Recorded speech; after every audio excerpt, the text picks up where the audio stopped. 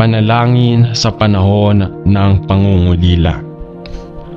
Ama, may mga pagkakataon na ang pangungulila ay tumama sa bawat isa sa atin.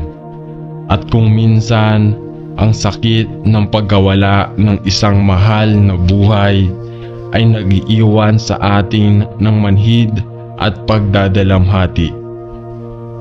At sa gayon ay itinataas natin ang lahat ng mga kamakailang nangungulila at kailangang tanggapin ang pagkawala.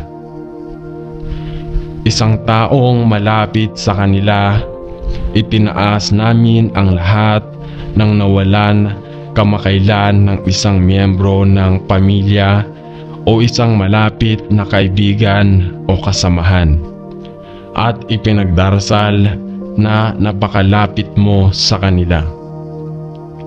Ipinagdarasal namin na palakasin mo sila at bigyan sila ng kaaliwan at aliw na nagmumula lamang sa iyo, at ipinagdarasal namin na kilalanin ng bawat isa ang kanilang lumalalim na pangangailangan na bumaling kay Kristo. Sino ang Diyos ng lahat ng kaginhawaan at na umaliw sa atin sa ating paghihirap, kalungkutan at sakit. Pagalingin mo yaong mga wasak ang puso, bigyan ng lakas ang mga nagdadalamhati, at para sa mga hindi pa nakakilala sa iyo bilang kanilang tagapagligtas. Ipinagdarasal namin na ito ay isang panahon kung kailan ang katotohanan ng maluwalhating ebanghelyo ng biyaya ay sumisikat sa kanilang mga puso, upang sila ay maging kabahagi ng iyong perpektong kapayapaan at makalangit na kagalakan, kaya't sila ay maging mga nakikibahagi sa iyong perpektong kapayapaan at makalangit na kagalakan. Sa kaalaman na ang kamatayan ay ang pintuan lamang sa iyong maluwalhating presensya, ito ay hiniling namin sa pangalan ni Jesus. Amen. Panalangin para sa isang biglang pagkawala. Mapagmahal na Panginoon, tayo ay lumapit sa iyo sa gulat at kalungkutan sa biglaang pagkawala na ito. Ama, ang ating mga puso ay nalilito, ang ating mga isipan ay nalilito at nalulungkot sa hindi inaasahang pagkawala na ito. Mangyaring lumapit ng napakalapit sa lahat ng naapektuhan, at ipinagdarasal namin ng iyong perpektong kapayapaan na nagpapasa ng pag-unawa ay magpapatahimik sa bawat puso, at na ikaw ay magbibigay ng kinakailangang kaaliwan at aliw sa mga nasa matinding pagkabigla. Pagbigay ng karunungan sa mga naglilingkod, sa mga kalalakihan at kababaihan sa labis na kalungkutan, sa nakakagulat na pangyayaring ito. At ipinagdarasal namin na sa iyong sariling espesyal na paraan ay lalapit ka sa bawat tao, at marami ang mahikayat sa mas malapit na paglalakad kasama si Jesus. Sa kanyang pangalan ay nananalangin tayo. Amen. Mga panalangin para sa tragic na pagkawala ng buhay.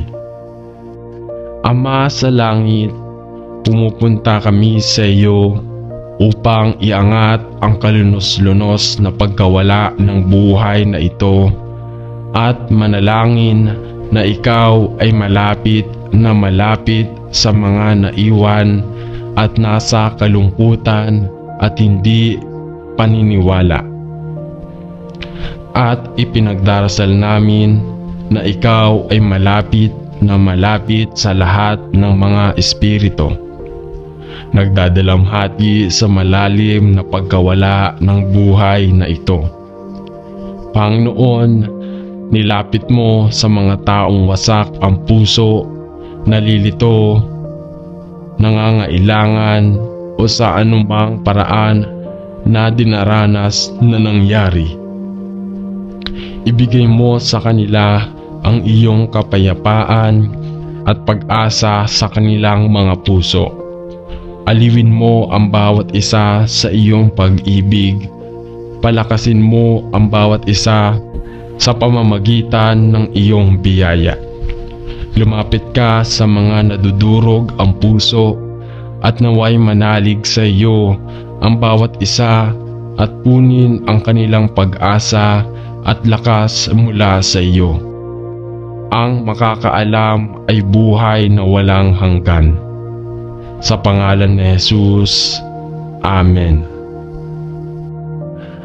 Panalangin upang mapanatiling sa pag-ibig ng isang Diyos sa mahirap na panahon. Ama sa langit, nakatira tayo sa isang mundo kung saan ang seguridad na dating nating tinatamasa ay nabura kaagad. At napakaraming madilim na ulap na hindi nalalaman ang tila nagbabadya sa hinding inaasahang abot tanaw sa hinaharap. Ang lahat ng tila napaka-secure at maaasahan ay naging sawdust sa ating mga kamay at sumisigaw na parang ambon sa umaga. Ngunit Panginoon, pinupuri namin ang iyong pangalan na maaari naming ipagkatiwala ang aming kinabukasan sa iyong pag-iingat. Alam ng iyong pag-ibig ay nakapaligid sa amin at ng iyong biyaya ay sapat. Gaano man kaitim ang mga pangyayari sa buhay, salamat Panginoon na ikaw hawakan ang mundo sa palad ng iyong kamay.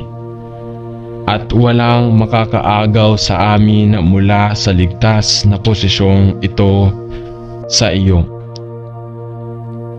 Salamat na ikaw ay tinanggap sa minamahal at minamahal ng Ama, at salamat sa iyo Panginoon na walang panganib na maaabutan ang sinuman sa iyong mga anak na hindi pinahihintulutan mo at hindi gagamitin upang matupad ang isang makatarungan at maluwalhating layunin. Panatilihin ang ating mga puso mula sa hindi kinakailangang pagkabalisa o pag-aalala at sa kapangyarihan ng banal na Espiritu, naway buuin natin ang ating sarili sa iyong pinakabanal na pananampalataya sa pamamagitan ng pagdarasal sa Espiritu at katotohanan at paglalakad sa daan ng katuwiran. Naway matuto tayo araw-araw upang maiwasan ang ating mga mata mula sa pagtutok sa mga pagsubok at kapighatian na dumarating sa lupa.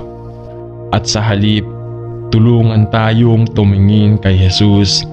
Alam na sa lahat ng bagay siya ang nanalo. At tayo ay ligtas na nakaposisyon sa Kanya sa paglipas ng panahon at sa kawalang hanggan. Salamat sa pangalan ni Jesus. Amen.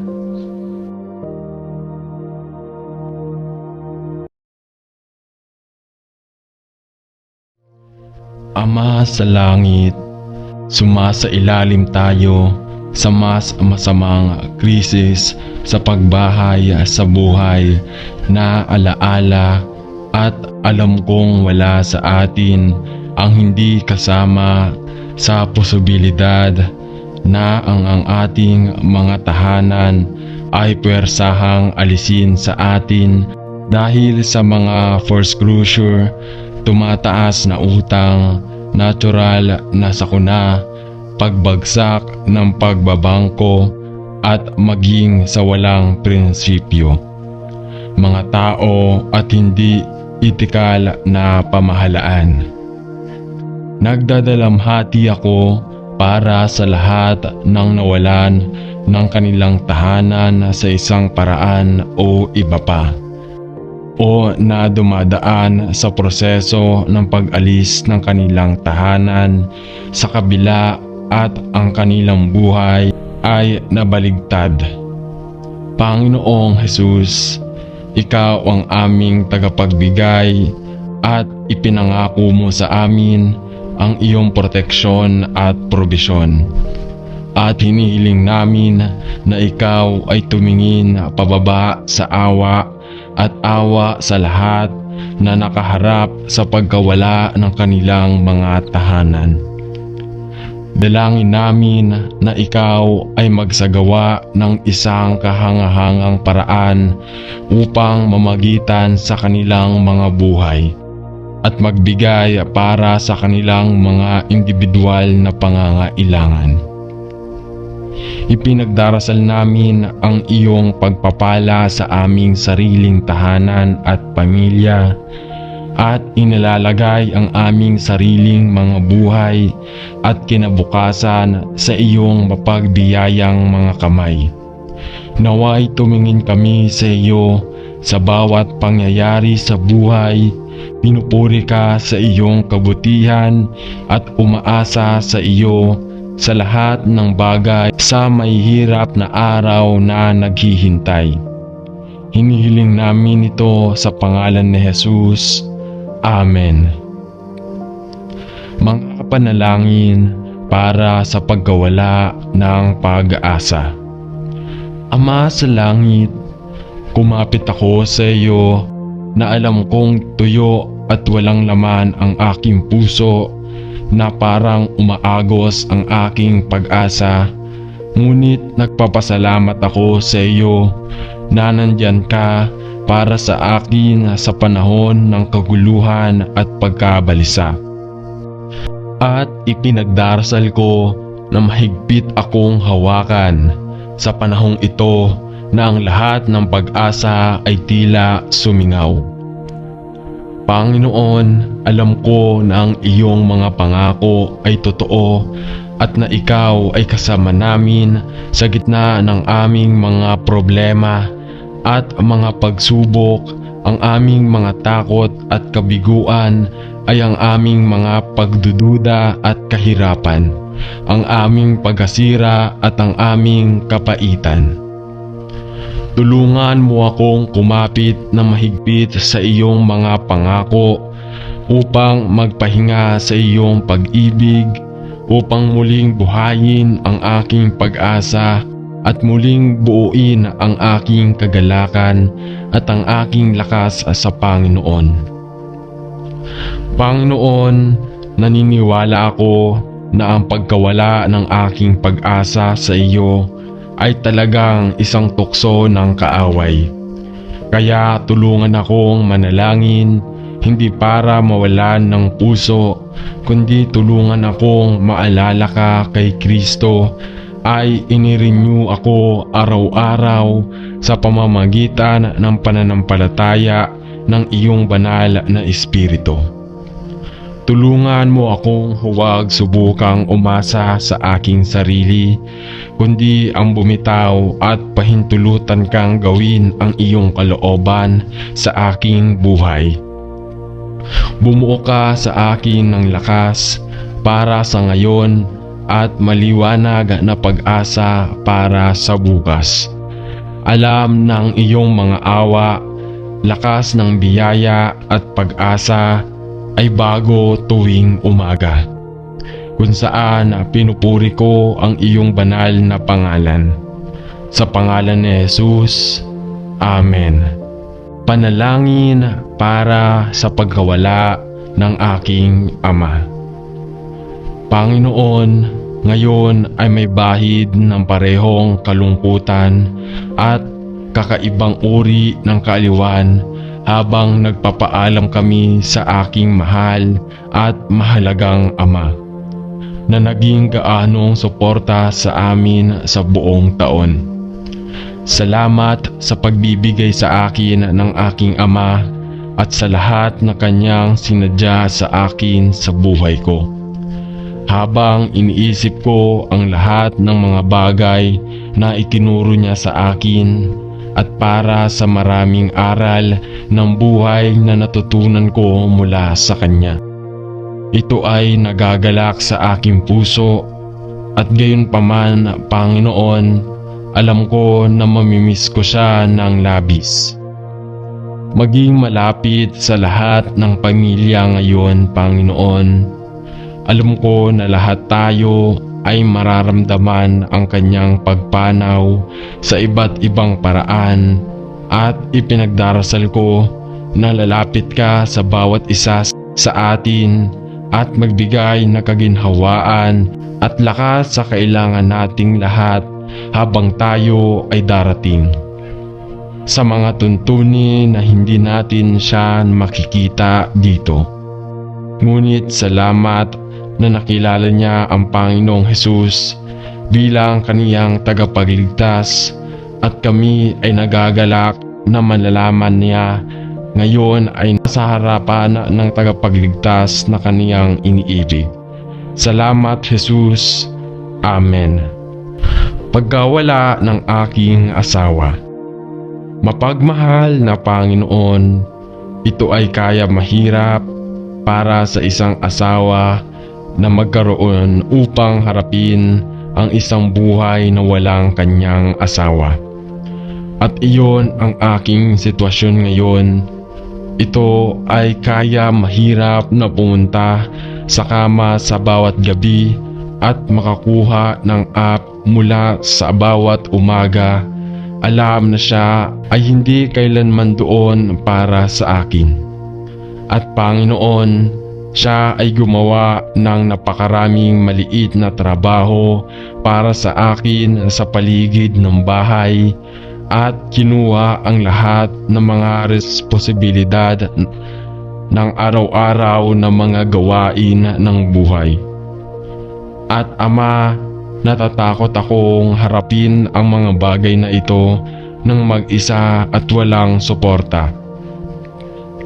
Panginoon, hinihiling ko na ikaw ay malapit sa akin, mas malapit kaysa sa dati mo, dahil hindi ko kayang harapin ang mga bagay na ito ng mag-isa. Ako ay naghahanap sa iyo, nagtitiwala sa iyo, at naniniwala sa iyong salita, sapagkat ikaw ay nangako na makakasama ko kahit anong mangyari. Panginoon, pigilan mo akong mag-alala at maawa sa aking sarili. Alam kong mabuti at tama ang magdadalamhati sa loob ng ilang panahon. Ngunit tulungan mo akong muling ayusin ang katotohanan ng pagiging nag-iisa at tulungan akong, Panginoon, upang tumingin sa hinaharap ng may pag-asa at pag-asa, pati na rin ang pag-alala sa nakaraan ng may pasasalamat sa magagandang pagkakataon na nasiyahan tayo. Ako ay nagtitiwala sa iyo, Panginoong Hesus. Nagtitiwala lamang sa iyo. Nagtitiwala sa iyong biyaya at awa at kasapatan na makita ako. Salamat sa laging nandyan para sa akin. Sa pangalan ni Jesus ay nananalangin ako. Amen. Panalangin para sa pagkawala ng aking nanay. Ama sa langit, napakahirap na sa wakas ay tanggapin ang katotohanan na ang aking mahal na nanay ay sa wakas ay pumanaw na, at ang pagkawala sa kanya sa ganitong paraan ay napakahirap. Ang aking nanay ay naging isang espesyal na kaibigan sa akin at wala pang panahon na wala siya roon para sa akin. Upang hikayatin at suportahan pati na rin ang payo at itama. At ngayon disoriented ako para magtanto na hindi ko na siya makikitang muli sa bahaging ito ng kawalang hanggan. Panginoon, alam kong kailangan nating lahat na harapin ang kamatayan balang araw. Ngunit nahihirapan akong magpaalam. Mangyaring tulungan mo akong tanggapin ang aking kamatayan at marating sa punto kung saan maaari akong lumingon at magdiwang at magsaya sa lahat ng bagay na siya ay para sa ating lahat. At hayaan ang malalim na pakiramdam ng pagkawala ng napilitan ng isang makadiyos na kapayapaan at masayang alaala. Panginoon, nagpapasalamat ako sa iyo para sa aking nanay at sa lahat ng ibig niyang sabihin sa akin. Nagsalamat sa kanyang buhay at sa kanyang pagiging hindi makasarili, sa kanyang karunungan at paghihikayat. Naway ang mga aral na natutunan ko mula sa kanya ay maipakita sa aking sinasabi at ginagawa. At nagpapasalamat ako sa iyo na ang kamatayan ay hindi isang pangwakas na paghihiwalay kundi na kay Kristo. Balang araw ay muling magsasama-sama tayo. Napakagandang pagkaunawa na kahit ang kamatayan ay hindi makapaghihiwalay sa atin sa ating mga mahal sa buhay, kapag tayong lahat ay kay Kristo. Salamat na ikaw ang aking Diyos at tagapagligtas. Sa pangalan ni Jesus, Amen. Panalangin para sa pagkawala ng aking asawa. O Diyos, nasasaktan ako at ang aking kalungkutan ay halos higit pa sa kaya kong tiisin. Ang pagkawala ng aking asawa ay ang pinakapangwakas na pangyayari na nangyari sa akin at pakiramdam ko ay halos hindi na ako makahinga dahil ang aking pagkawala ay napakatindi. Panginoong Jesus, ang pagkawala ng aking asawa ay nagdulot ng kanganga sa butas sa aking buhay na naging napakatindi na tila ako permanenteng manhid sa sakit ng lahat ng ito. Tulungan mo ako, nananalangin ako, tila ang lahat ng aking buhay ay lakas ay naubos mula sa akin at pakiramdam ko ay nag-iisa ako at napakalungkot din. Nagsisimula akong mapagtanto kung gaano kami umaasa sa isa't isa. At ngayon ako ay nag-iisa at tila walang sapat upang punan ang nakanganga na kawalan.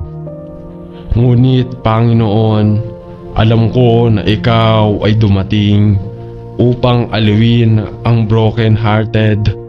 Dumating ka upang akayin kami sa tabi ng tahimik na tubig at dahan-dahang dalhin ang iyong balikat sa mga panahong iyon na ang bawat onsa ng lakas ay nabigo.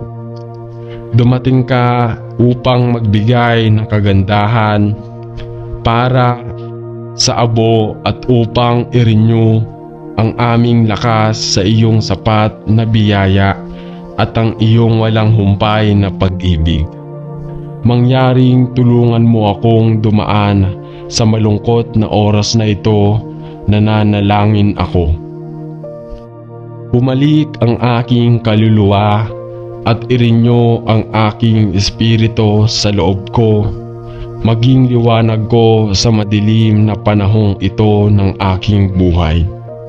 At naway sumikat ang liwanag ng iyong pag-ibig sa aking landas at gumawa ang bigat ng aking kargada. Salamat sa iyo na ikaw ang aking tagapagligtas at na ako ay maaaring umasa sa iyo kapag walang ibang tao para sa akin. Salamat sa pangalan ni Jesus. Amen. Pagkawala ng aking asawa dahil sa isang affair.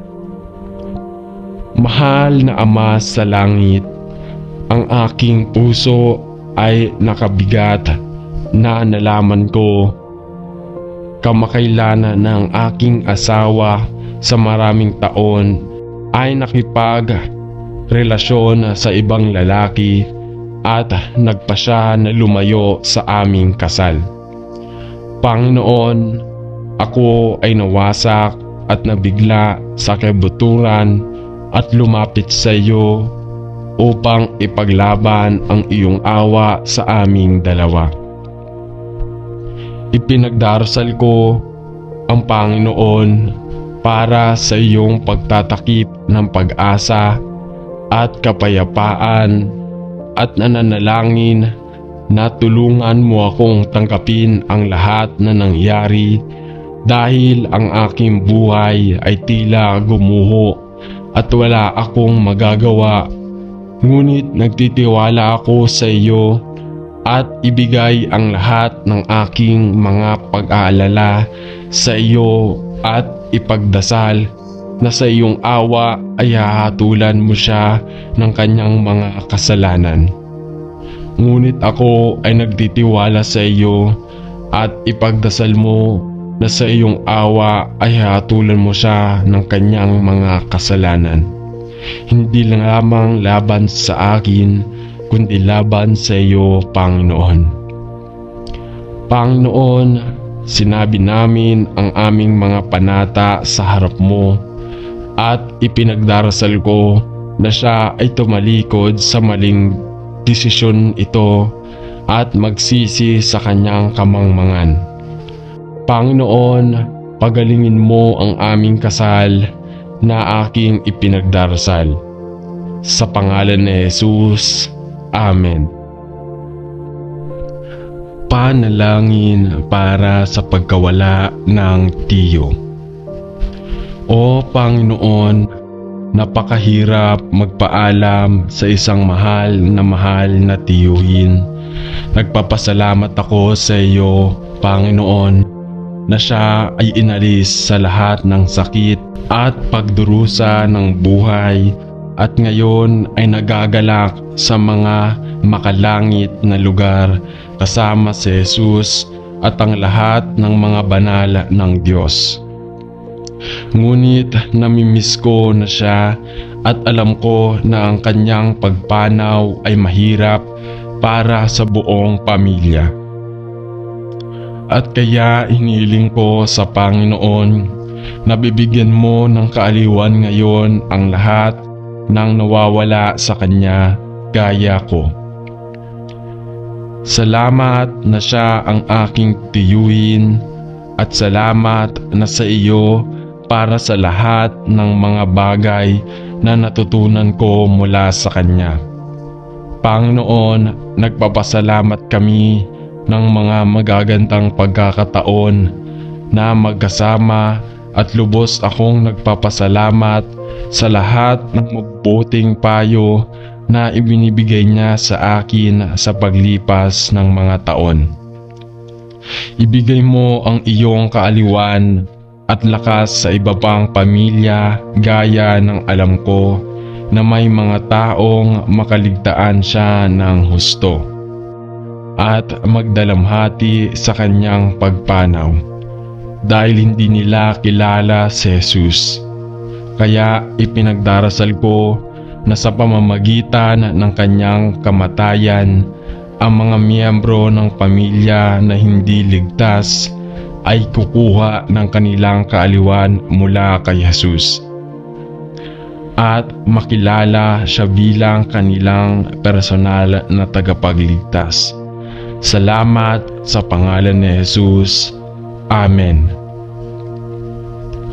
Panalangin para sa pagkawala ng asawa.